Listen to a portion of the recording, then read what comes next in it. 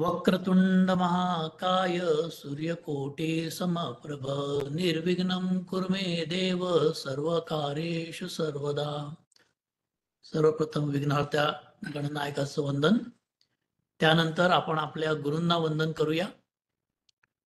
ब्रह्मानंदं परमसुखदं केवलं ज्ञानमूर्तिं द्वन्द्वातीतं गगनसदृशं तत्त्वमस्यादिलक्ष्यम् एकं नित्यं विमलमचलं सर्वधी साक्षिभूतं भावातीतं त्रिगुणरहितं सद्गुरुं तं नमामि. गुरुर्ब्रह्मा गुरुर्विष्णु गुरुर्देवो महेश्वरा गुरुः साक्षात् परब्रह्म तस्मै श्री गुरवे नमः. नंतर वाङ्मयीन मूर्ती भागवताची भगवान श्रीकृष्ण त्यांना वंदन करूया. वसुदेवसुतं देवं कंसचाणूरमर्दनं देवकी परमानंदं कृष्णं वंदे जगद्गुरुम्. समर्थ सद्गुरु श्री गजानन महाराज की जय. श्रीपाद श्री वल्लभ श्री नृसिंह सरस्वती स्वामी महाराज की जय. श्रीमद पंच परिव्राजकाचार्य श्रीमद वासुदेवानंद सरस्वती स्वामी महाराज की जय. श्रीमद परम परिव्राजकाचार्य अद्भुतधारक भक्तोत्सल दीनदयाळ समर्थ सद्गुरु श्री चैतन्यानंद सरस्वती नाना महाराज की जय. गजानन महाराज की जय. छान. आजचा विषय बघूया. आजचं आपलं हे तिसरं पुष्प आहे. मागच्या वेळेस मी म्हटलं होतं की आज प्रथम श्लोक सुरू होतोय भागवताचा. मी शेअर करतो माझी स्लाइड, म्हणजे तो श्लोक सगळ्यांना दिसेल.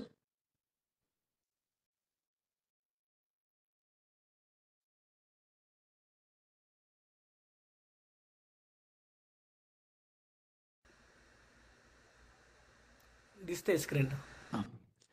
तर आता याच्यानंतरचा जो काय संवाद आहे तो सूत महाराज आणि शौनक यांच्यामध्ये तो संवाद होणार आहे. पूर्ण याच्यानंतरची जी भागवत कथा आहे ती मध्ये मध्ये सूत महाराज शुकदेव आणि परीक्षित यांच्यामध्ये काय संवाद झाला त्याचा रेफरन्स देतील. या सगळ्या कथा आपण सगळ्या बघितलेल्या आहेत.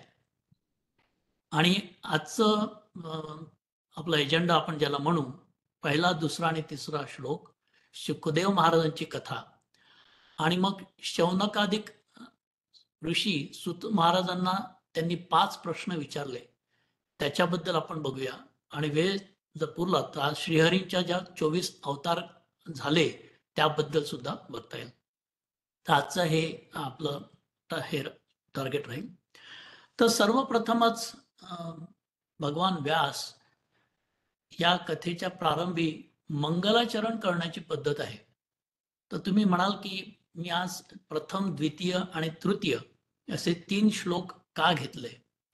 तर बघा किती छान ऑर्गनायझेशन आहे या भागवत ग्रंथाचं. आपण पण सध्या कुठलं एखादं डॉक्युमेंट तयार करताना सगळ्यात पहिल्यांदा कोणाला आपल्याला थँक्यू म्हणायचं आहे, कुठून मला इन्स्पिरेशन मिळालं, त्याच्याबद्दल प्रिफेस ज्याला आपण म्हणतो तसं आपलं डॉक्युमेंटमध्ये असतं. दुसऱ्या डॉक्युमेंटमध्ये आपण what is in scope, what is not in scope, म्हणजे याच्यामध्ये काय फोकस आहे आणि काय नाही असं आपण सांगतो. आणि हे डॉक्युमेंट कोणी वाचायला पाहिजे, कोण पात्र आहे डॉक्युमेंट वाचण्यासाठी ते सांगतो.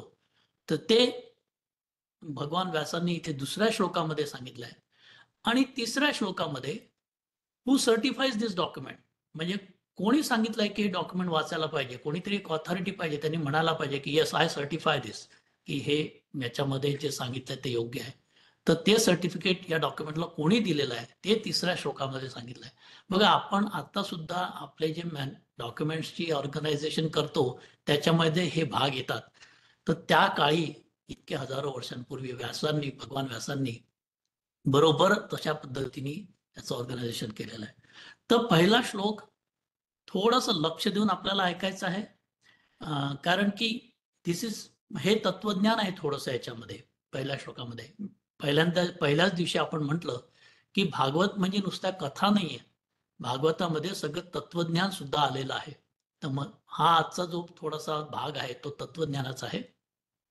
तर त्याच्यावर आपण थोडंसं लक्ष देऊया. या श्लोकामध्ये काय सांगितलं ते बघूया. पहिल्यांदा तर अर्थात ओम नमो भगवते वासुदेवाय असं म्हणून त्यांनी श्रीकृष्णाला वंदन केलेलं आहे. पण त्याच्यानंतर जन्माद्यस्य यतोन्वयादितरतश्चार्थेष्वभिज्ञस्वराट तेने ब्रह्मवृदाय आदिकवये मुह्यन्ति यः सूरयः तेजो वारि मृदां यथा विनिमयो यत्र तिसर्गो मृषा धाम्ना स्वेन सदा निरस्तकुहकं सत्यं परं धीमहि. या श्लोकामध्ये कुठे महत्वाचे शब्द काय आहेत? जन्माद्यस्य, म्हणजे जो आपल्या सगळ्यांना जन्माला घालतो. आणि सगळ्यात शेवटी म्हटलं सत्यम परम धीमही, म्हणजे जे अंतिम सत्य आहे त्याला मी नमस्कार करतो. तर हे या श्लोकामधले एक महत्वाचे शब्द आहेत. हे मी का म्हणतो, तर व्यासांचं व्हिजन बघा किती विशाल होतं. त्यांना माहिती होतं की मी मंगलाचरणमध्ये जर समजा महाविष्णूचं वंदन केलं तर जे शैवपंथी आहेत किंवा शाक्तपंथी आहेत जे देवीची पूजा करतात ते म्हणतील अरे हा ग्रंथ विष्णू वैष्णवांसाठी आहे, आपण कशाला वाचायचा. जर भगवान शिव शंकराचं जर वंदन केलं असतं तर वैष्णव आणि देवीचे भक्तांनी वाचला नसता, किंवा देवी शक्तीचं जर वर्णन केलं असतं तर शैव आणि वैष्णवांनी वाचला नसता. पण त्यांना हा ग्रंथ अपेक्षित होता, सगळ्यांनी वाचायला हवा. म्हणून त्यांनी कोणाला वंदन केलं? त्या परमात्मा तत्व जो आपल्या सगळ्यांना जन्म देतो अशा परमात्मा तत्वाला त्यांनी वंदन करून या ग्रंथाची सुरुवात केलेली आहे, सत्यम परम धीमहि. आणि जे अंतिम सत्य आहे त्याला वंदन करून, ज्याच्यापासनं या जगाची उत्पत्ती होते आणि ज्याच्यामध्येच हे सगळं जग पुन्हा विलय पावतं, अशा त्या परमात्मा तत्वाला त्यांनी वंदन केलेलं आहे. आणि जो परमात्मा तत्व अशा प्रकारची माया निर्माण करतो की त्यांनी आपल्या माया शक्तीच्या भरोशावर ही निर्माण केलेली सृष्टीच आपल्याला सत्य आहे असं वाटतं, अशी माया सृष्टी तो निर्माण करू शकतो. असं ते परमात्मा तत्व, त्याला वंदन करून आपण पुढे जाऊयात, असं अगदी हाय लेवलला जर सांगायचं झालं तर त्या श्लोकाचा अर्थ होतो. आता आपण थोडंसं काही टर्मिनॉलॉजी ज्याला आपण म्हणतात, व्याख्या काही काही शब्दांची जी याच्या पुढे येणार आहे ती समजून घेऊया. तर ह्याचा जो शब्दशः अर्थ आहे तो मी इथे दिलेला आहे, पण तो समजायला थोडा कठीण जातो मराठीमध्ये जरी असला तरी. पण त्याचं आपण आता ह्या स्लाइडमध्ये मात्र मी ते सिम्प्लिफाय करून सांगितलं आहे की ते परमात्मा तत्व म्हणजे काय. तर ह्या विश्वाची निर्मिती ज्या तत्वापासून झालेली आहे आणि हे विश्व ज्याच्यात पुन्हा विलय होणार आहे ते तत्व काय, तर ते परमात्मा तत्व. हे परमात्मा तत्व कसं आहे, तर हे विश्वातल्या सगळ्या पदार्थांमध्ये आहे. पण हे सगळ्या विश्वातल्या पदार्थांमध्ये असून सुद्धा तो मात्र त्यापासून वेगळा आहे. तो सर्वज्ञ आहे, म्हणजे त्याला सगळं नॉलेज आहे, सगळ्या गोष्टींचं सगळं नॉलेज आहे. आणि तो स्वयंप्रकाशी आहे, म्हणजे त्याला दुसऱ्या एनर्जीची काही गरज नाही, स्वतःचीच एनर्जी आहे, स्वयंप्रकाशी आहे. त्यांनीच आपल्याला वेद दिले, त्यांनीच ब्रह्मदेवाकडनं ही सृष्टी निर्माण करून घेतली. आणि हे त्यांनी केवळ संकल्पाने केलं, त्याच्या मनामध्ये विचार आला आणि त्यांनी ब्रह्मदेवाकडनं सृष्टी निर्माण करून घेतली. त्यांनीच हे मायारूप जे जग आहे, जे सत्व रज आणि तम या 3 गुणांनी आहे, तर त्यांनीच हे सत्वरूपी तेज, रजरूपी जल आणि तमरूपी पृथ्वी निर्माण केली. ही माया सृष्टी जी आहे ती त्याच्या सत्तेमुळे आपल्याला सत्य आहे अशी वाटते. म्हणजे कशी, तर उदाहरणार्थ जर आपण पाण्यामध्ये प्रतिबिंब बघितलं एखाद्या पर्वताचं, तर असं वाटतं की अरे हा पर्वत या पाण्यामध्ये आहे, पण तो पर्वत तिथे पाण्यामध्ये नसतो. किंवा आपण जेव्हा एखाद्या वाळवंटामध्ये जातो तर आपल्याला वाटतं अरे इथे जळ आहे, इथे सरोवर आहे, पण जवळ गेल्यानंतर लक्षात येतं अरे तिथं मृगजळ होतं, तिथे जळ नाहीये. म्हणजे इल्युजन निर्माण करण्याची शक्ती या माया रूपी सृष्टीमध्ये असते आणि हे केवळ त्याच्या सत्तेमुळे शक्य झालेलं आहे. याचा एक अर्थ असा होतो की माया ही जी शक्ती आहे ती ईश्वरानेच या परमात्मा तत्वापासूनच निर्माण झालेली आहे आणि तो आपल्या स्वतःच्याच तेजाने या मायेचा अंधकार दूर करू शकतो. म्हणजे त्याच्याचकडे ते तेज आहे, त्याच्याचकडे ती शक्ती आहे जी या मायेला आपल्यापासून दूर करू शकते. उदाहरण द्यायचं झालं तर समजा हा माया अंधकार, म्हणजे एखाद्या खोलीमध्ये खूप दाट अंधार आहे. आता या दाट अंधाराला त्या खोलीमधनं तुम्हाला घालवायचं आहे, तुम्ही कितीही ढकलायचा प्रयत्न केला तरी तो अंधकार जाणार नाही. पण केवळ त्या खोलीमध्ये एखादी लाईटची स्विच असेल ती ऑन केली तर अंधकार चालला जाईल. म्हणजे ती शक्ती त्या लाईटमध्ये आहे, त्या दिव्यामध्ये आहे.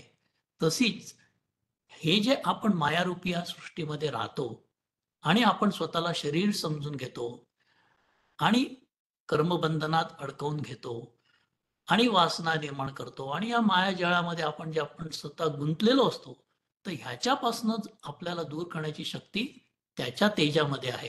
तोच ह्या मायेचा अंधकार दूर करू शकतो. तर असं हे परमात्मा तत्व आहे आणि अशा ह्या परमात्मा तत्वाला मी नमस्कार करतो, वंदन करतो. अशी सुंदर सुरुवात भगवान व्यासांनी केलेली आहे.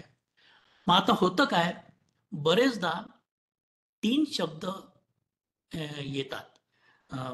हे परमात्मा तत्व समजून घेताना किंवा ग्रंथांमध्ये, तर हे 3 शब्द कोणते ते आपण बघूया. पण ते बघण्यापलीकडे काही लोकांच्या मनात शंका येतात, की खरंच परमात्मा तत्वापासनं हे सगळं जग निर्माण झालं असेल का? कारण की काही वैज्ञानिक दृष्टिकोनातले लोक असं म्हणू शकतात, की अरे हे तत्व मला तर डोळ्यांनी दिसत नाही, तर मी याच्यावर विश्वास कसा ठेवू, की याच्यापासून हे तयार झालेलं आहे. तर त्यांना आपल्या वाङ्मयांमधनंच असा प्रश्न विचारला आहे, की ठीक आहे, तुला डोळ्यांनी जी गोष्ट दिसते त्याच्यावरच तू विश्वास करतो ना? मग तू तुझ्या आजोबांना बघितलं होतंस? तो म्हणतो, हो, मी माझ्या आजोबांना बघितलं होतं. पणजोबांना? हो, त्यावेळेस मी 4-5 वर्षाचा होतो, मी पणजोबांना बघितलं होतं. मग आता पणजोबांच्या वडिलांना किंवा पणजोबांच्या आजोबांना बघितलं होतं? नाही, त्यांना तर मी बघितलं नाही, कारण की त्यावेळेस माझा जन्मच झालेला नव्हता. अर्थात तू त्यांना बघितलं नाही, याचा अर्थ असा होतो का की ते नव्हते? नाही, असं कसं शक्य आहे? जर मी आहे याचा अर्थ ते असलेच पाहिजे. मग तू आत्ताच म्हणलास की जे मला जे दिसतं त्याच गोष्टींवर विश्वास ठेवतो. ही तर गोष्ट तुला दिसत नाही, पण त्या गोष्टीवर तू कसा काय मग विश्वास ठेवतो? दुसरं उदाहरण ते देतात, की मी जर तुम्हाला म्हटलं की दुधामध्ये लोणी आहे, तर तुम्ही त्याच्यावर विश्वास ठेवाल का? नाही, दुधामध्ये कुठे काय लोणी आहे? पण तेच जर दूध आपण त्याचं दही तयार केलं, ताक तयार केलं, ते ताक घुसळलं, तर त्यातून लोणी तयार होतं. म्हणजे दुधामध्ये जे लोणी आहे, ते बघण्यासाठी you have to follow a process. एका क्रियेमधनं तुम्हाला त्यातून जावं लागतं. जेव्हा त्या क्रियेमधनं तुम्ही जाल, तरच तुम्हाला त्या दुधातलं लोणी दिसेल. तसंच जर तुम्हाला ह्या परमात्माचं रूप किंवा निर्गुण निराकार परब्रह्माचं रूप बघायचं आहे, तुम्हाला आज दिसत नाहीये. पण जर तुम्हाला ते बघायचं आहे, तुम्हाला ते अनुभवायचं आहे, तर you have to go through the process. तुम्हाला कुठल्या तरी एका प्रोसेसमधनं जावं लागेल. मग तो ज्ञान मार्गाची असेल, योग मार्गाची असेल, भक्ती मार्गाची असेल, कुठल्याही मार्गाची असेल, पण ते तुम्हाला केल्याशिवाय ते तत्व दिसणार नाही. तर तो जो एक आक्षेप बरेचदा काही मंडळी घेतात, की मला जे डोळ्यांनी दिसत नाही ते मान्य करणार नाही, त्यासाठी हे 2 उदाहरणं. आणि एक तिसरा आक्षेप असतो, की हे सगळं कोणीतरी तयार केलेलं आहे, हे विज्ञान सांगत नाही. विज्ञान असं म्हणतं, की तिथे बिग बँग झाली मोठी आणि त्याच्यातनं हे सगळं निर्माण झालं, असं विज्ञानामध्ये सांगितलेलं आहे. तर आता आपण त्याच्यासाठी मला एक सुंदर स्वामीजी नेहमी एक गोष्ट सांगतात, स्वामी मुकुंदानंद.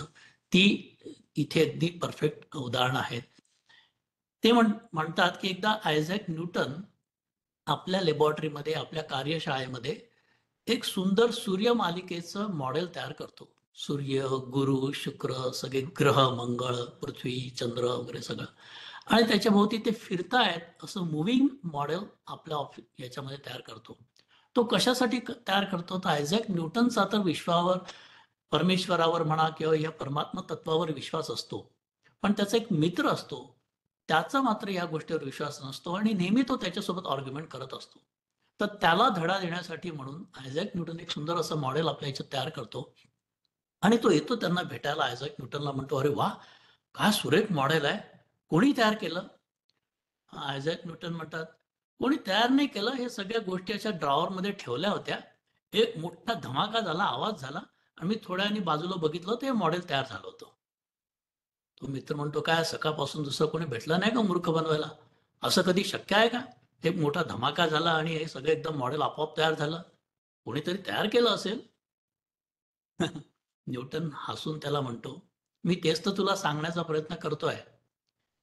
हे साधं सूर्यमालिकेचं मॉडेल तू विश्वास ठेवायला तयार नाही, की एक धमाका झाला आणि तयार झालं. पण तू ह्या गोष्टीवर विश्वास ठेवायला तयार आहे की मोठा धमाका झाला आणि ही पूर्ण ब्रह्मांड तयार झालं? जर क्रिएशन आहे तर क्रिएटर असलाच पाहिजे. जर एखादी वस्तू तयार झालेली आहे तर ती कोणीतरी तयार केलेलीच असली पाहिजे. माझा हा सिद्धांत आहे आणि हे समजावून सांगण्यासाठीच मी हे तयार केलं. अर्थात त्या मित्राला आयझॅक न्यूटनचा पॉइंट ऑफ व्ह्यू कळतो. तर जर सृष्टी निर्माण केलेली आहे, जर हे ब्रह्मांड निर्माण केलेलं आहे, तर त्याच्या पाठीमागे करणारा कोणीतरी निर्माता आहे, नियंता आहे. हेच या श्लोकामधनं पहिल्याच जन्माद्यस्य तो जो शब्द आहे त्याच्यातनं वेदव्यास आपल्याला सांगतात की ज्यांनी ह्या सगळ्या गोष्टीला जन्म दिलेला आहे अशा परमात्मा तत्वाला मी वंदन करतो. तर काही गोष्टी या श्लोकात येतात. आता आपण एक ही स्लाइड दिसते का व्यवस्थित? येस दादा, दिसतंय. हा. तर ह्या स्लाइडमध्ये अतिशय महत्वाची गोष्ट की बरेचदा ह्या शक्तीचा उल्लेख कोणी ब्रह्म म्हणून करतात, कोणी परमात्मा म्हणून करतात, तर कोणी भगवान म्हणून करतात. तर याचा अर्थ काय आणि याच्यामध्ये फरक काय किंवा याच्यामध्ये खरंच काही फरक आहे का हे आपण समजून घेऊ. कारण की हे एक बेसिक कन्सेप्ट आहे, एक अगदी फंडामेंटल आहे, जे आपल्याला समजले पाहिजे जेणेकरून पुढचं भागवत समजायला आपल्याला सोयीचं जाईल. तर सगळ्यात पहिल्यांदा हे समजून घ्यायला पाहिजे की ह्या तिन्ही गोष्टी एकच आहे. फक्त नावानुसार त्या त्या शक्तीचं वेगळं स्वरूप त्याच्यामध्ये अंतर्भूत होतं. म्हणजे ब्रह्म म्हटलं ही शक्ती आहे, पण ही शक्तीचं स्वरूप आपल्याला डोळ्यांनी दिसू शकत नाही. ते निर्गुण आहे, ते निराकार आहे, ते निर्विशेष आहे, ते अचिंत्य आहे, म्हणजे त्याची आपण कल्पना सुद्धा करू शकत नाही. ते सर्वव्यापी आहे. म्हणजे जगात जी काय गोष्ट दिसते, पशु पक्षी दगड पर्वत नदी, जे काय आपल्याला दिसतं या ब्रह्मांडामध्ये, गुरु मंगळ ग्रह सगळे, हे सगळं सगळं काय कशाने व्याप्त आहे, तर त्या ब्रह्मतत्वाने व्याप्त आहे. असं पण ते मुळात तत्व कसं आहे, निर्गुण आहे, निराकार आहे. ह्याच्यामध्ये सगळ्या शक्तींचा विकास झालेला नाही त्या ब्रह्मतत्वामध्ये. पण शक्ती आहेत, अंतर्भूत आहेत. कधी कधी आपण टेक्नॉलॉजीमध्ये किंवा सायन्समध्ये उदाहरण देताना म्हणतो पोटेन्शियल एनर्जी, म्हणजे त्याच्यामध्ये एनर्जी आहे पण ती अजून साकार रूप तिचं झालेलं नाहीये, निर्गुण रूपात आहे, निराकार रूपात आहे. असं जेव्हा आपण म्हणतो ते ब्रह्मतत्व. आणि अशा ब्रह्मतत्वाचा जे साधना करतात अशा लोकांना आपण ज्ञानी म्हणतो. कारण की ते ज्ञानमार्गाने केवळ बुद्धीच्या जोरावर, केवळ विवेकाच्या जोरावर या ब्रह्मतत्वाला समजून घेण्याचा प्रयत्न करतात, असे ज्ञानी, त्यांना ज्ञानी म्हणतो. आता दुसरं तत्व ज्याला आपण परमात्मा, जे आता आपण बघितलं, तर परमात्मा तत्वामध्ये शक्ती विकसित झालेल्या आहेत आणखी ब्रह्मतत्वापेक्षा. म्हणजे नाव फक्त बदललं समजून घेण्यासाठी की याच्यामध्ये आणखी शक्ती विकसित झालेल्या आहेत. मग शक्ती विकसित झालेल्यामुळे परमात्मा तत्व काय करतं, तर आपल्या सगळ्यांच्या म्हणजे जे जीव आहे, जिथे जिवंतपणा आहे, म्हणजे माणूस झाला, पशु झाले, झाडं झाली, ह्यांच्या हृदयात बसून, विशेष करून मानवाच्या हृदयात बसून तो सगळे कर्मफल जे काय आहे ते नोट करतो. म्हणजे आपल्या मनामध्ये कोणते विचार येतात, कोणत्या वासना आहेत, आपण कोणतं कर्म करतो, सकाम कर्म करतो, निष्काम कर्म करतो, आपण काय करतो, याची सगळ्या गोष्टींची नोंद तो घेऊ शकतो, तो घेतो आणि त्याच्यानुसार आपल्याला फळ देतो. हे काम जी शक्ती करते त्याला आपण परमात्मा तत्व म्हणू. आणि ह्या परमात्मा तत्वापासून सगळं मायासृष्टी, सगळं ब्रह्मांड ज्याला म्हणतात, त्याची निर्मिती होते. जसं अर्जुनाला जेव्हा विष्णूंनी आपलं विश्वरूप दर्शन दिलं गीतेच्या अध्यायामध्ये, तेव्हा त्यांनी त्याचं ते परमात्माचं जे विशाल स्वरूप आहे त्याचं दर्शन त्याला दिलं. की बघ, माझ्या शरीरातनं त्याला आकार आहे ह्या परमात्मा तत्वामध्ये. ते महाविष्णूचं रूप दाखवलं आणि त्यांनी दाखवलं की माझ्या शरीरातल्या एक एक रंध्रामधनं एक एक ब्रह्मांडाची निर्मिती होते आणि एका रंध्रामध्ये निर्माण झालेलं ब्रह्मांडाचा विलय होतोय आणि असं कंटिन्युअस चालू आहे. बिलियन सूर्य, बिलियन चंद्र, बिलियन नक्षत्र त्या अर्जुनाला दिसतात आणि तो एकदम भांबावून जातो ते स्वरूप पाहून. तर हे सगुण आहे, साकार आहे, हे सर्वज्ञ आहे, कारण की हे प्रत्येकाच्या हृदयात बसून आपल्या सगळ्या गोष्टींचं नोंद करतं. त्याच्यामुळे याला नाम आहे, रूप आहे, गुण आहेत आणि धाम पण आहे. म्हणजे वैकुंठ धाम, विष्णू लोक हे जे आपण म्हणतो, हे असं ते स्वरूप आहे. आणि भगवान हे कसं स्वरूप आहे? तर जेव्हा पृथ्वीच्या लोकावर येऊन आणि ह्याच्यामध्ये मग पृथ्वी लोकात जर आपल्याला यायचं आहे, लीला करायची आहे, तर आणखी शक्ती विकसित झाल्या पाहिजे. तर भगवान या शब्दामध्ये दोन शब्द आहेत. भगवान म्हणजे ज्याच्याकडे भग आहे तो भगवान.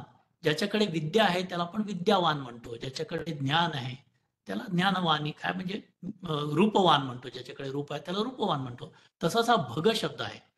त्या भग शब्दाचा अर्थ असा आहे की ज्याच्यामध्ये ज्ञान, शक्ती, बल, तेज, ऐश्वर्य, शौर्य ह्या अनंत शक्ती रूपामध्ये आहेत. आणि जो पृथ्वीवर येतो, लीला करतो आपल्यासाठी, आपल्या अंतःकरणाची शुद्धी होण्यासाठी, हे आता आपण पलीकडे बघणार आहोत. म्हणून त्याच्याकडे नाम आहे, रूप आहे, लीला पण आहे. इथे लीला मिसिंग आहे परमात्मा तत्वामध्ये, पण इथे लीला पण आहे, गुण आणि धाम आहे. म्हणजे उदाहरण कोणते? तर प्रभू रामचंद्र भगवान, प्रभू रामचंद्र भगवान श्रीकृष्ण ही त्याची उदाहरणं आहेत. मग अर्थात त्याच्या अंशावतार होतात, संत आहेत, गजानन महाराज आहेत, हे कुठलं तरी ती शक्ती घेऊन अवतार करतात, अवतार कार्य करतात. स्वामी समर्थ आहेत, ते आणखी पुढे येणारच आहे की त्याचे अवतार कसे होतात वेगवेगळे. पण भगवान म्हणजे काय हे समजून घ्यायला पाहिजे. तर कोणी म्हणेल असं कसं काय, एकच आहे पण हे तीन आहेत. मग याचं एक आपल्या रोजच्या उदाहरणातलं उदाहरण देऊन समजावून सांगायचं म्हणजे पाणी. तर पाणी कसं आहे म्हटलं तर फ्लुइड आहे, जल आहे, ते फ्लो होत असतं. पण त्याच पाण्याला जर आपण सॉलिड केलं, म्हणजे त्याला थंड केलं, फ्रीजमध्ये ठेवलं, तर ते बर्फ होतं. म्हणजे त्याचं शक्ती बदलली, त्याचं स्वरूप बदललं, त्याचे गुणधर्म बदलले, पण ते पाणीच आहे. त्याच पाण्याला जर का तुम्ही उष्णता दिली आणि त्याची वाफ निर्माण केली, तर तेच निराकार झालं, निर्गुण झालं. मग ते आता त्याला शेप नाहीये, ते वाफ झाली. त्याची अर्थात गुणधर्म बदलले, त्याचं स्वरूप बदललं, त्याची शक्ती बदलली. तसंच आहे, वस्तू एकच आहे, फक्त त्याच्यामध्ये शक्तीचा विकास किती झालेला आहे, तो काय रोल प्ले करतो, त्याच्यानुसार त्याचं नाव ठरतं. तर ज्यावेळी आपण भगवान म्हणू त्यावेळेस लक्षात आपल्या डोळ्यासमोर आलं पाहिजे श्रीकृष्ण, राम जे पृथ्वीवर येऊन आपल्यासाठी लीला करतात. जेव्हा आपण परमात्मा म्हणू तेव्हा साकार आहे, सगुण आहे आणि त्याच्यापासून सगळ्याची निर्मिती होते आणि सगळं त्याच्यामध्ये विलय होतं. आणि आपण जेव्हा ब्रह्म म्हणू तेव्हा ब्रह्म सर्वत्र आहे, सगळीकडे आहे. ते निर्गुण आहे, निराकार आहे, अचिंत्य आहे, असा त्याचा अर्थ होतो. तर हा थोडा विषय थोडा वेळ घ्यावा लागला, पण हे समजून घेणं फार आवश्यक आहे. कारण की याच्यानंतरचा जो काय सगळा फोकस आहे भागवताचा, तो ह्या कॉलमवर आहे. थर्ड भगवान, भगवानच्या लीला, अवतार लीला. आणि हे का? तर ह्या समजून केवळ श्रवणाने, मननाने, चिंतनाने जेव्हा आपण त्याचं नाम, रूप, लीला, गुण, धाम यांचं ध्यान करतो किंवा त्याच्यामध्ये आपण ऐकतो, त्यातून आपल्या अंतःकरणाची शुद्धी होते आणि तिथून आपल्याला सगुण साकार अशा भगवंताचं दर्शन होऊ शकतं. आणि तिथून मग पलीकडचा प्रवास, जे तुम्हाला परमात्मा रूपाचं दर्शन पाहिजे, तर त्यासाठी अर्जुनाला जशी कृष्णाने ग्रेस केली, बाय ग्रेस म्हणजे त्यांच्या कृपेनुसार तुम्हाला ते रूप दर्शन होऊ शकेल. तुम्हाला निर्गुण निराकार याच्यामध्ये राहायचं असेल, ज्याला ब्लिस म्हणतात, त्याच्यामध्ये कायम राहायचं असेल, तर ते ब्रह्मस्वरूप आणि सच्चित आनंद, ह्या तिन्ही याच्यामध्ये सच्चित आनंद आहे. तिन्ही सच्चित आणि आनंद स्वरूप आहेत. तर असा हा पहिला श्लोक आहे. किती व्यापक त्याच्यामध्ये कल्पना आहेत हे समजून घेण्यासाठी म्हणून थोडासा वेळ दिला. आता आपण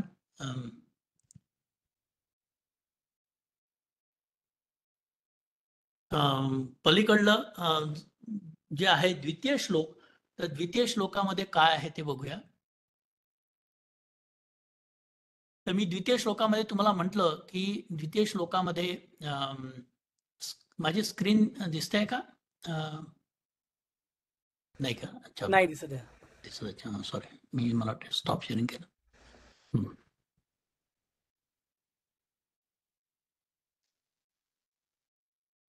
आता ह्याच्यामध्ये द्वितीय श्लोक. तर या श्लोकामध्ये त्यांनी म्हटलंय हा कोणासाठी आहे आणि कोणासाठी नाही. मी तुम्हाला पहिल्यांदा म्हटलं की हे जे भागवत पुराण आहे ते पुराण ज्यांचं ज्यांचं अंतःकरण शुद्ध आहे किंवा ज्यांना आपलं अंतःकरण शुद्ध करायचं आहे अशा लोकांसाठी आहे. तर आता मी तुम्हाला याच्याच आधीच्या स्लाइडमध्ये सांगितलं, कारण काय याच्यामध्ये भगवानच्या लीला आहेत आणि भगवानची लीला आपण कशासाठी ऐकतो, तर आपलं अंतःकरण शुद्ध करण्यासाठी ऐकतो. हे जे भागवत पुराण आहे, ज्यांना मटेरियली मोटिवेटेड, म्हणजे ज्यांना काहीतरी आपल्याला फायदा करून घ्यायचा आहे, म्हणजे हे मी यज्ञ केला तर मला मुलगा होईल, हे केलं तर मला धन मिळेल, किंवा ज्याला आपण सकाम कर्म म्हणतो, अशा लोकांसाठी नाहीये. याच्यामध्ये निष्काम भक्ती आहे, निष्काम कर्माला जास्ती महत्व आहे. पण त्यांनी याच्यामध्ये सांगितलंय की जो कोण याचं श्रवण करेल त्याची 3 ताप, ज्याला म्हणतात आध्यात्मिक, आधिभौतिक आणि आधिदैविक, या 3 तापांचा आपल्याला त्रास होतो जेव्हा आपण पृथ्वीवर राहतो, त्याच्यापासून मी प्रोटेक्ट करेल, असं म्हटलं त्यांनी गॅरंटी दिलेली आहे भगवान व्यासांनी या श्लोकामध्ये. आणि ते म्हणतात भागवत ऐकण्याचा योग कोणाला येतो. भागवत ऐकण्याचा योग सगळ्यांना येत नाही. त्याच्या एक्सप्लेनेशन मध्ये ते पुढे म्हणतात की भागवत तुम्हाला ऐकण्याची संधी मिळते, याचा काय अर्थ होतो. याचा अर्थ हा होतो की तुम्ही एक तर तीर्थस्थानांना भेटी देऊन तीर्थस्थानाच्या ठिकाणी तिथले जे काही वृद्ध लोक आहेत त्यांची सेवा केलेली आहे या जन्मी किंवा कुठल्या तरी मागच्या जन्मी, किंवा तुम्ही आपल्या आईवडिलांची उत्तम सेवा केलेली आहे, किंवा जो कोणी दुबळा आहे, जो स्वतःला सांभाळू शकत नाही, अशा कुठल्या तरी व्यक्तीची आपण सेवा केलेली आहे, किंवा तुम्हाला कुठल्या तरी संतांचं सानिध्य लाभलेलं आहे. आणि ह्या अशा सगळ्या गोष्टी करून तुमचं अंतःकरण शुद्ध झाल्यामुळे तुम्ही भागवत कथा ऐकण्यासाठी पात्र झालेला आहात. तर बघा, म्हणजे ही तुम्ही भागवत ऐकता आहात याचा अर्थ हा होतो की कुठेतरी केव्हा तरी ह्या गोष्टी किंवा या जन्मात ह्या गोष्टी तुमच्या हातून घडल्या आहेत, म्हणून तुम्ही ही भागवत कथा ऐकण्यासाठी पात्र झालेला आहात, असं या श्लोकामधनं त्यांना सांगायचं आहे. आता तिसऱ्या श्लोकामध्ये मी तुम्हाला म्हटलं की तिसऱ्या श्लोकामध्ये त्यांनी सांगितलंय की ह्याला सर्टिफिकेट कोणी दिलेलं आहे, की भागवत ग्रंथ हा उत्तम ग्रंथ आहे याचं सर्टिफिकेट कोणी दिलेलं आहे. त्या श्लोकामध्ये तुम्हाला दिल शुकमुखादमृत द्रव्य संयुतम, म्हणजे हे भागवत कोणी चाखलेलं आहे, तर शुकदेव नावाचा जो पोपट, आपण ती पहिल्या दिवशी ती कथा ऐकली अमरकथा, तर पोपट काय करतं, कुठल्याही झाडाचं जे काय फळ असेल, जर कुठलं फळ गोड आहे हे समजून घ्यायचं असेल तर बघायचं त्या फळाला पक्ष्यांनी चोच लावलेली आहे का, पोपटांनी चोच लावली असेल. जर त्यांनी ती चोच लावली असेल म्हणजे गॅरंटीड की तो आंबा किंवा तो पेरू नक्की गोड आहे.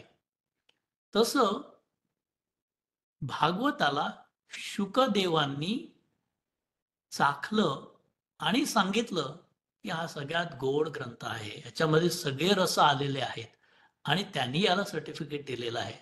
मग हे शुकदेव कोण, ते आता आपण अर्थात बघूया किती मोठी व्यक्ती होती आणि त्यांचं सर्टिफिकेटला एवढं महत्व काय आहे. कारण की ते शौनकादिक सूत महाराजांना विचारतात की शुकदेवांचं भागवतामध्ये एवढं महत्व काय आहे. अर्थात शुकदेवांनी तर परीक्षिताला ही कथा सांगितली ते माहिती आहे, पण शुकदेवांनी म्हटलं की नाही हे पिबत भागवतम रसामलयम, तर असं का, त्याला इतकं महत्व का, ते आता आपण थोड्याच वेळात बघणार आहोत. तर या भागवतामध्ये हे रौद्र, अद्भुत, शृंगार, हास्य, वीर, दया, दास्य, सख्य, भयंकर, बिभत्स, शांत आणि वात्सल्य, हे सगळे भाव, हे सगळे रस आपल्याला येणार आहेत पुढे.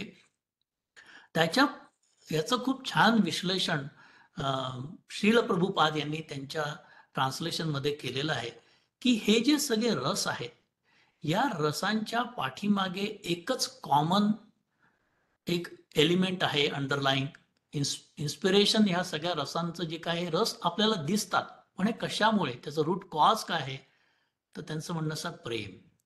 प्रेम या भावनेतनं ह्या सगळ्या रसांची उत्पत्ती होते.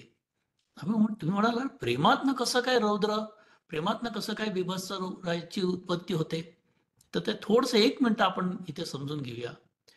जर प्रेम हे सत्वगुणांनी जर भारलेलं असेल, तर तो प्रेम तुम्हाला आनंद देतो. मग त्यातून शृंगार, माधुर्य रस आहे, हास्य रस आहे, करुणा आहे, दया आहे.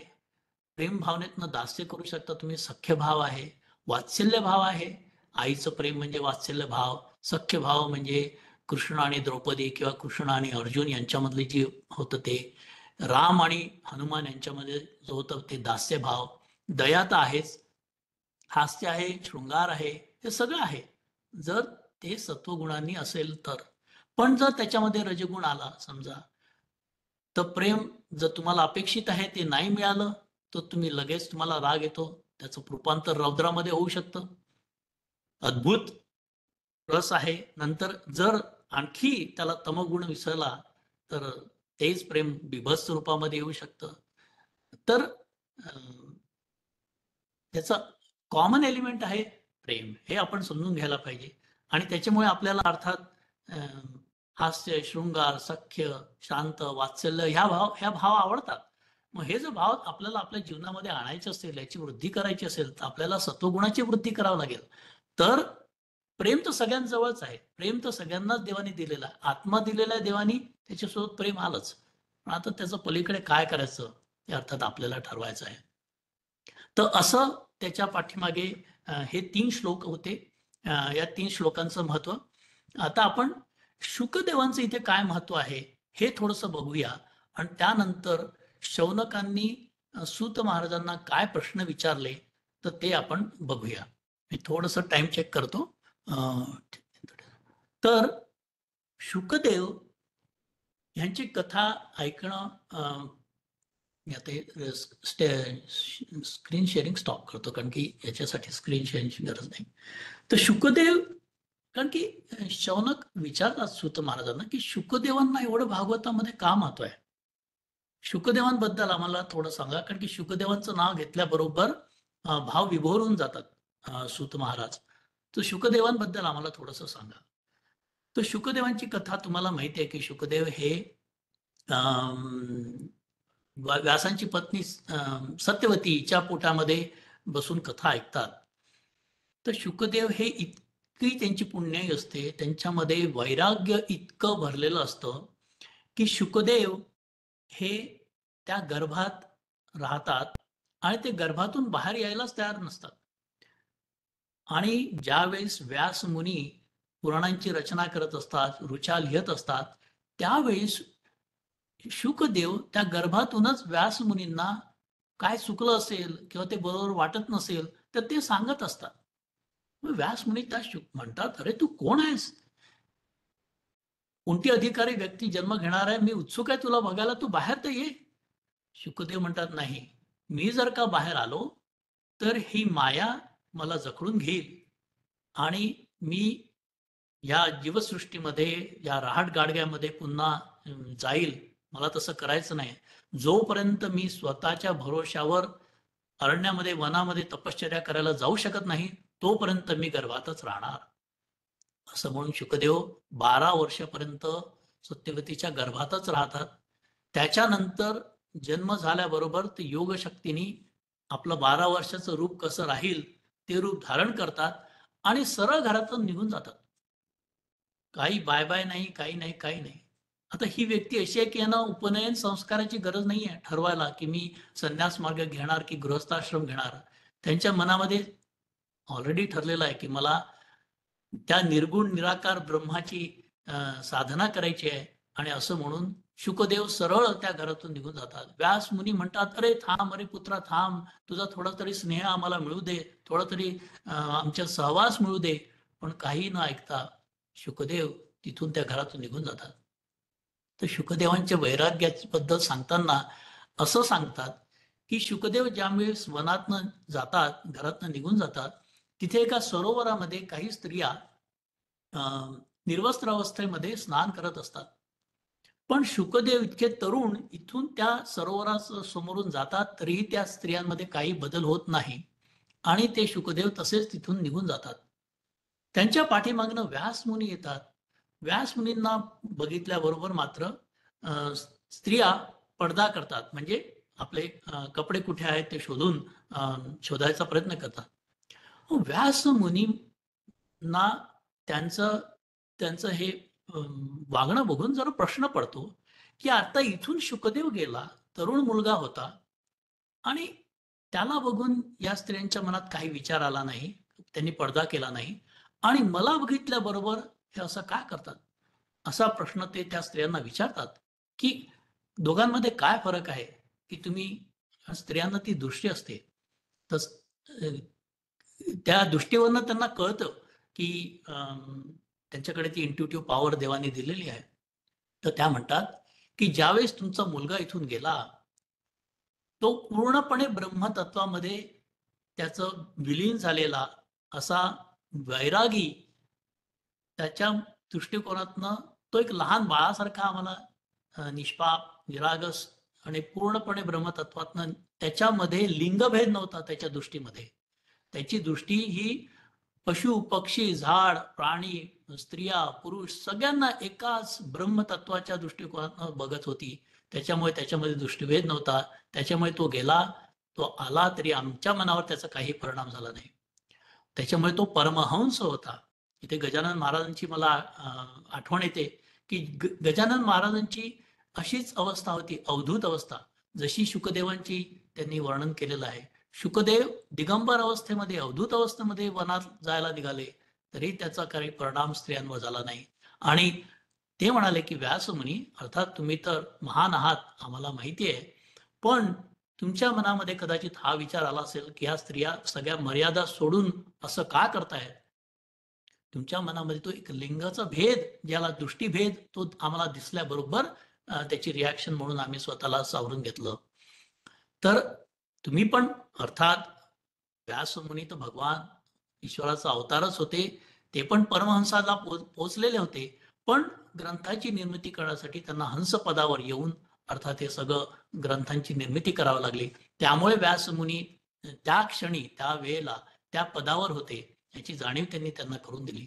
व्यासांना त्यांनी दिलेलं उत्तर कळलं आणि मग व्यासमुनी म्हणाले, की हा मुलगा अर्थात विरक्त आहे, विरागी आहे. हा त्या ब्रह्मतत्वाचं, जे मी आता तुम्हाला समजून सांगितलं, निराकार निर्गुण ब्रह्मतत्वाचा शोध घेण्यासाठी ध्यासाने केलेला आहे. असं म्हणतात, की ज्यावेळेस ते शुकमुनींना, असं भागवतात वर्णन केलेलं आहे, शुकमुनींना व्यासमुनी हाक मारायचे, अरे शुका तू कुठे आहे? त्यावेळी झाडी, लता, वेली ओ म्हणून त्याला होकार द्यायचे. कारण काय? तर शुकांचं ब्रह्मतत्व इतकं सगळ्या ह्याच्यामध्ये विलीन झालेलं होतं, की शुकांनी हो म्हणणं काय आणि लता वेलींनी हो म्हणणं काय एकच आहे. इतकं ती शुकांची ज्ञानाची अवस्था पराकोटीला पोचलेली होती. असे हे शुकदेव ध्यानमग्न असताना मग ते विचारतात शौनक वगैरे, की हे तर ज्ञानी मार्गाचे होते शुकदेव. प्रत्येक वेळी निराकार निर्गुण ब्रह्माचा साधना करणारे होते. त्या समाधी अवस्थेमध्ये राहणारे होते. मग असे हे शुकदेव भागवत कसे काय सांगायला लागले? कारण की भागवताची कथा ही तर पूर्ण भक्तिरसाने परिपूर्ण आहे. मग हा बदल कसा झाला? तर ते सांगण्यासाठी खूप सुंदर कथा आहे, की शुकदेव वनामध्ये, अरण्यामध्ये समाधी अवस्थेत नेहमी राहायचे. तर व्यासमुनी आपल्या शिष्यांना भागवत शिकवत असत त्यांच्या आश्रमामध्ये. त्यांचे काही शिष्य लाकूड तोडण्यासाठी म्हणा, पाणी आणण्यासाठी म्हणा, त्या जंगलामध्ये, वनामध्ये जायचे. त्यांना इथे तिथे एक असा समाधीस्थ तरुण मुलगा दिसला. त्यांना असं वाटलं, की हा नाटक करतोय. तर त्यांनी त्याच्या कानामध्ये बोळे घाल, काय त्याला हालव, आवाज कर, असे सगळे प्रकार करून पाहिले, पण त्याची समाधी काही भंग होईना. इथे मला पुन्हा गजाननाच्या पोथीतला तो पिंपळगावचा प्रसंग आठवतो, की गजानन महाराज कसे पिंपळगावला त्या शंकराच्या मंदिरामध्ये निघून घेतले आणि तिथले गावकरींना आश्चर्य वाटायला लागलं, की ही कोण व्यक्ती इथे आलेली आहे? 3 दिवस झाले समाधीमध्ये आहे, हालत नाही, डुलत नाही. अशीच ती निराकार निर्गुण परब्रह्म तत्वाची समाधीमध्ये महाराज त्यावेळेस होतेच. जे शुकदेव त्यावेळेस त्याच अवस्थेमध्ये होते आणि त्या व्यासांच्या शिष्यांना ते काही दाद लागली नाही. तर व्यासांचे शिष्य आपल्या गुरूंना सांगायला लागले की आम्ही वनात जातो, तिथे एक असा साधू, एक असा वैरागी आहे की ज्याची समाधी आम्ही भंग नाही करू शकत. व्यासांच्या लक्षात येतं की हा नक्की शुक असला पाहिजे. पण व्यास म्हणतात मी जर तिथे गेलो तर हा शुक तर काय माझ्यापासून दूर चालला जाईल, कारण की त्याला तर संसार नको आहे, प्रपंच नको आहे. पण आपण एक गंमत करूया. ते आपल्या शिष्यांना म्हणतात मी तुम्हाला एक श्लोक देतो, तो श्लोक तुम्ही त्याच्या कानामध्ये म्हणा आणि आपण बघूया काय गंमत होते ते. तर श्लोक तो मी तुम्हाला आता म्हणून दाखवतो आणि आपण त्या श्लोकाचा अर्थ नंतर थोडंसं एक मेडिटेशन करून समजून घेऊया. पहिल्यांदा संस्कृतमध्ये मी तुम्हाला तो म्हणून दाखवतो. बर्हापीडं नटवर वपुः कर्णयोः कर्णिकारं बिभ्रद्वासः कनकपिशं वैजयन्ती च मालां रन्ध्रान् वेणोरधर सुधया पूरन् गोपवृन्देः वृंदारण्यम स्वपदरमणम प्राविशद गीत कीर्ती, असा तो संस्कृतमध्ये श्लोक आहे. तर त्या श्लोकाचा अर्थ काय आहे समजून घेण्यासाठी आपण सगळेजण 1 मिनिट डोळे बंद करून असं समजा की आपण त्या शुकाच्या समाधीच्या स्थितीमध्ये आहोत.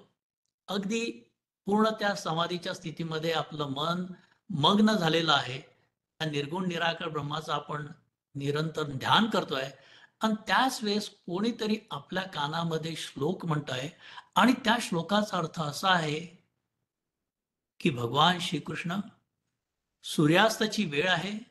हे आता रूप ध्यान तुम्ही आपल्या मनामध्ये आणा. भगवान श्रीकृष्ण, सूर्यास्ताची वेळ झाली आहे. त्यावेळेस आपल्या गायींना घेऊन बलराम आणि आपल्या गोपी मित्रांसह वृंदावनाकडे यायला निघालेत. भगवान श्रीकृष्णांच्या मुकुटावर सुंदर मोरपीस हालतंय. त्यांच्या कानामध्ये सुरेख निळा शार रंगाचे कुंडल आहेत. ते जसे चालतात त्यानुसार ते मोरपीस, ते कुंडल ते हालतात आहे. भगवान श्रीकृष्णांच्या गळ्यामध्ये सुंदर वैजयंती माला आहे आणि त्यांचा तो पिवळा पितांबर वाऱ्यामुळे उडतो आहे. वाऱ्यामुळे आणि गायींच्या गोखरांमुळे धूळ उडते आहे आणि ते धुळेचे कण श्रीकृष्णाच्या अंगावर येऊन त्या सूर्यास्ताच्या प्रकाशामध्ये ते आणखीच रूप विलोभनीय असं दिसतं आहे. आणि असे श्रीकृष्ण आपल्या हातामध्ये ती वेणू घेऊन, ती बासुरी घेऊन त्यातून अमृतमयी असे स्वर काढत वृंदावनातल्या जनांना सांगतायत की मी आता येतोय, मी आता घरी येतोय. आणि त्यांचं दर्शन घेण्यासाठी सगळ्या गोपिका बाहेर आलेल्या आहेत. आता हे रूप जे तुम्ही आपल्या मनामध्ये निर्माण केलं, जेव्हा शुकदेवांनी या रूपाचं वर्णन ऐकलं तेव्हा ते त्या मुलांना म्हणायला लागले, पुन्हा मला हा श्लोक ऐकवा, पुन्हा मला श्लोक ऐकवा. 3-4 वेळा त्यांनी त्यांच्याकडनं श्लोक ऐकून घेतला आणि ते म्हणाले की एवढा सुंदर श्लोक, एवढं सुंदर रूप ध्यान, माझा इतके वर्ष झाले मी त्या लाईटची, त्या निराकार निर्गुण परब्रह्माची साधना करतोय, मला एवढा आनंद मिळाला नाही.